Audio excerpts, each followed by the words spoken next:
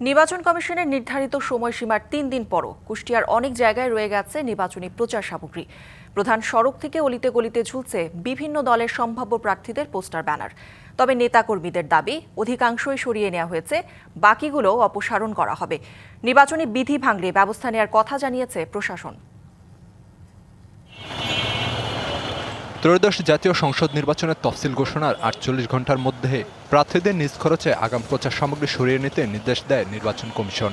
শনিবার এই সময় শেষ হলেও কুষ্টিয়া ইসির নির্দেশনায় সাড়া দিয়েছেন অল্প সংখ্যক প্রার্থী। সরকারি বেসরকারি প্রতিষ্ঠান, বিদ্যুতের খুঁটিসহ অনেক জায়গায় এখনো দেখা মিলছে নির্বাচনী পোস্টার। এখন এটা তো ফেসবুকে দেখতেছি, এখন যদি ওতে তো ওরা না তোলে, আমরা তোলার অধিকার নাই। না মানলে এখন আমরা কি করবো, আপনারা কি করবেন? কিছু চলেছে, কিছু আছে না বেআইনি। এখানে মারেছে, ভিতরে কিছু মারেছে, আস্তে আস্তে চলতেছে। কালকেও চলেছে, পরশুদিন চলেছে।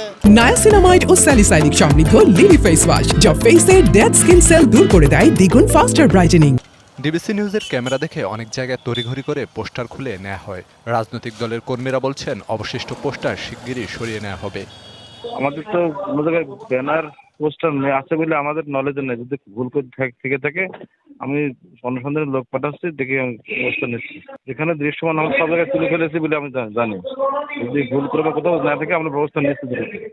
আমার এই নির্বাচন এলাকা আমি যতটুকু জানি সমস্ত জায়গায় আমরা নিজেরা থেকেও করি। তার বিচ্ছিন্নভাবে হয়তো কোনো গলি টলি গচ্ছিতে এরকম বিচ্ছিন্ন দু একটা থেকেও যেতে পারে, আমার ঠিক জানা নেই।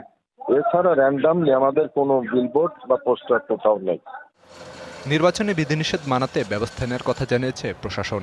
আমরা ইউনিয়ন পরিষদ এবং পৌরসভার মাধ্যমে যত পোস্টার লাগানো আছে এগুলো সব আমরা অপসারণ করব, এবং এরপরেও যদি কেউ নতুন করে পোস্টার লাগায় তাহলে তাদের বিরুদ্ধে আমরা ব্যবস্থা নিব। নির্বাচনের প্রতীক বরাদ্দের আগে প্রচারের কোনো সুযোগ নেই। আচরণবিধি লঙ্ঘন করলে রয়েছে জেল জরিমানার বিধান। DBC news desk.